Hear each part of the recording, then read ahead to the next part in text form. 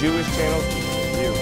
As the Gaza War winds down, what is lost and what is gained, the echo of the Borscht Belt, sitting down with the man who will be the most famous Talmud scholar in history, and more of the Jewish news that's changing your world right now in this episode of the Week in Review.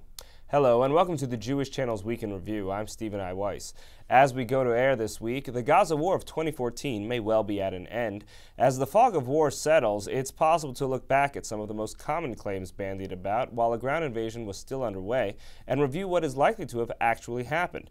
First, some of the most common rumors about the war involve the tunnels Hamas had dug under its border through to Israel. A great many have heard the claim that Hamas was planning a large coordinated attack for Rosh Hashanah, in which hundreds of Hamas fighters would emerge from the tunnels in Israel and attack.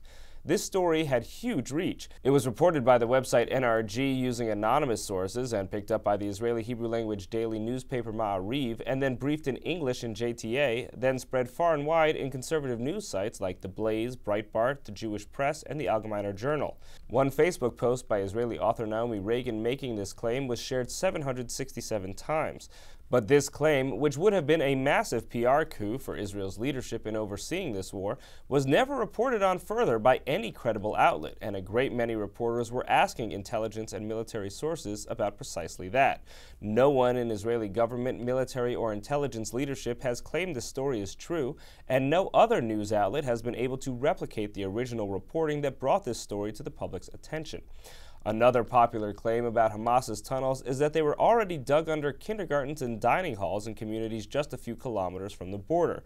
But this, too, appears not to be the case. One presumed such tunnel exit has been reported to actually be a sewer line, and again, no reporting from credible outlets has shown these tunnels leading to civilian locations. The only reported tunnel exits have been found to be a kilometer or two closer to the border than any civilian community and nearer to military outposts. Indeed, a video of one such military outpost being attacked amidst the war was reportedly released by Hamas.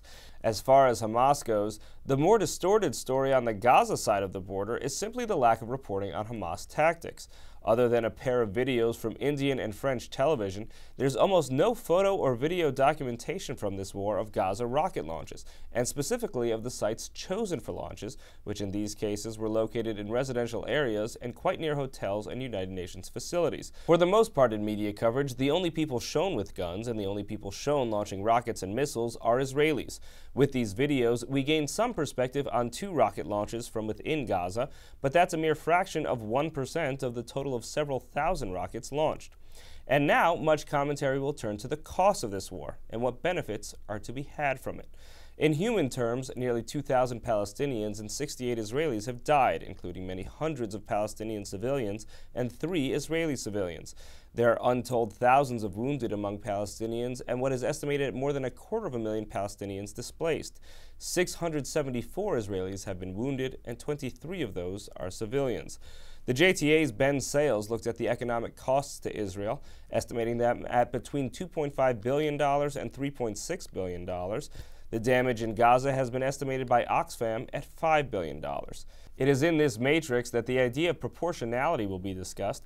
While virtually all agree that Israel has shown far more restraint through its conflict with Hamas than the United States and other Western governments have and would in similar situations, the question for Israel, both morally and in terms of its own benefit, is whether this war was worth those costs on both sides.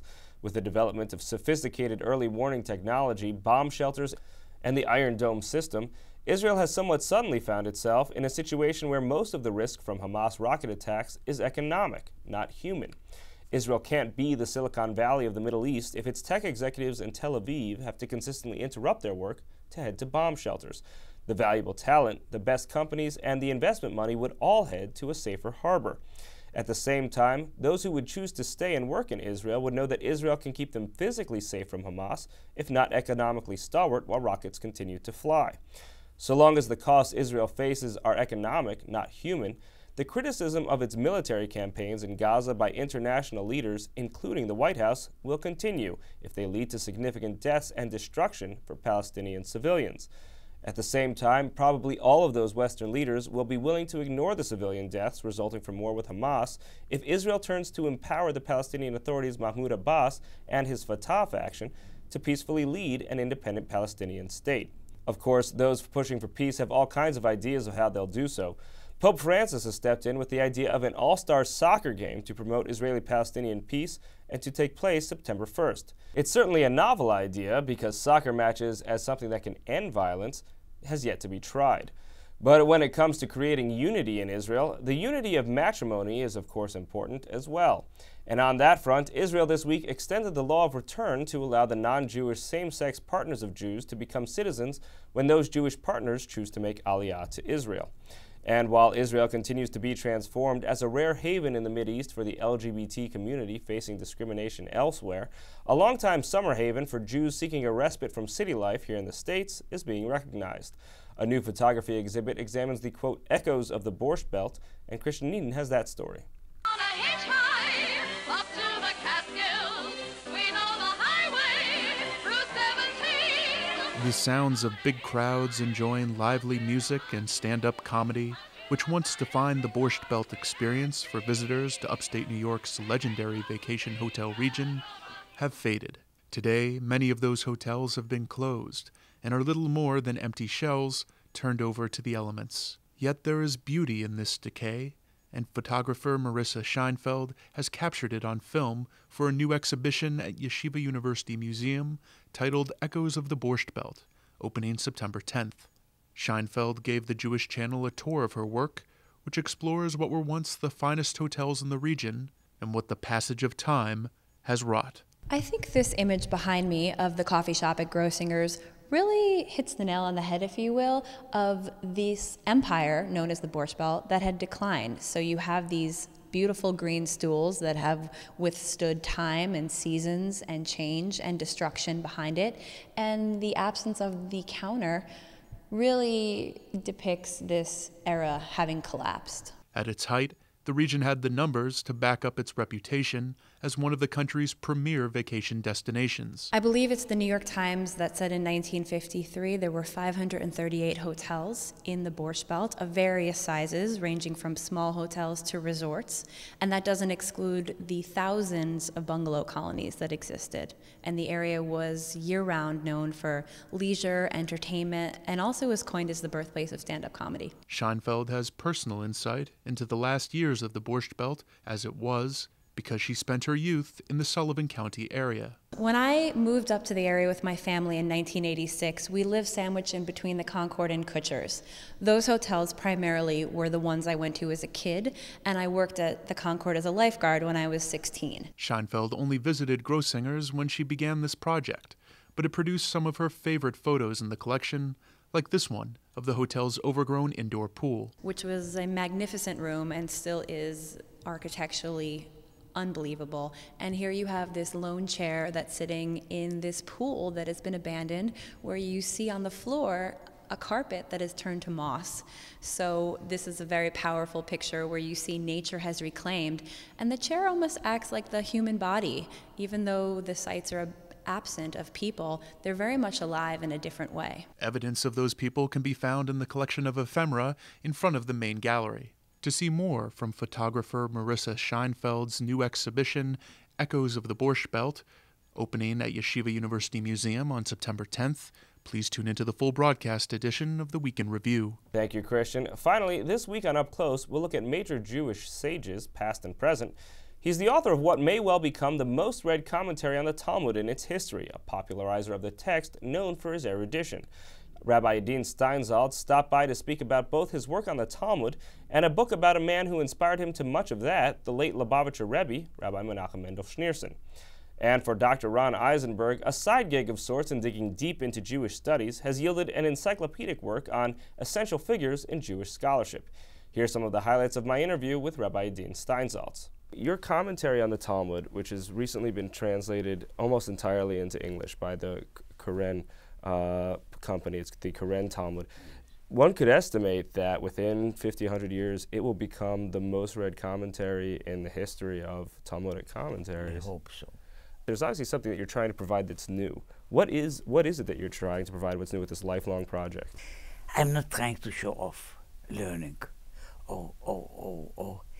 In fact, if there is anything, and there are lots of new things in there. New things, I mean, new novel ideas, new novel comments, new what I call perushim or other things. I'm trying to hide them as much as I can. I'll put it in the following way. I am not trying to speak instead of the Talmud. I am trying to to allow the Talmud to speak on its own.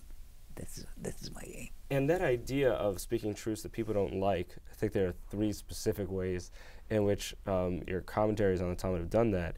That on the one hand, you address multiple manuscripts and the differences between them in a way that I think a large part of the rabbinic world or the Orthodox rabbinic world has been afraid to do. It's not afraid. It's not avidly doing. Right, and then also you've provided access to what were perhaps excised portions of the Talmud that at various points have been considered. Well, it was mostly un-Jewish work, but at least I put everything, including, as I say, there are some of those parts that I put in like the kind of passages that deal with, for instance, like Jesus. Basically,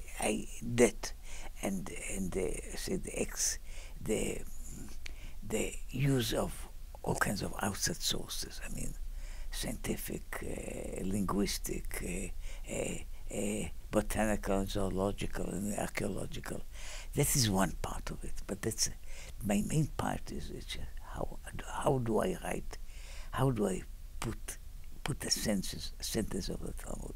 How much do I explain it?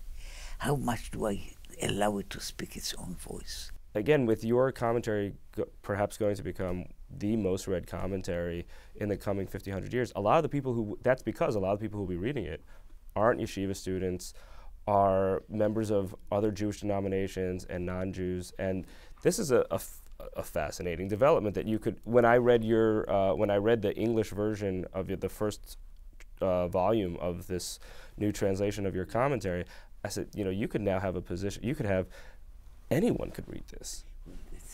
The idea is, look, there's a beautiful story. It's not in our Talmud, it's in Jerusalem Talmud, but it's the same kind of a story. It's a story about somebody goes to the great rabbi of the 3rd century and says, Rabbi, you took my inheritance. So he said, I don't know you. It said, Morashaki lat Yaakov. That is the knowledge, the Torah is the inheritance of the Jewish people. I demand it. So that's what I'm saying. See, they brought in the Talmud as an admonition to all kinds of people. I'm trying to do it. So I don't want to keep the knowledge to myself or to a group of people. It's the inheritance that belongs to all of us.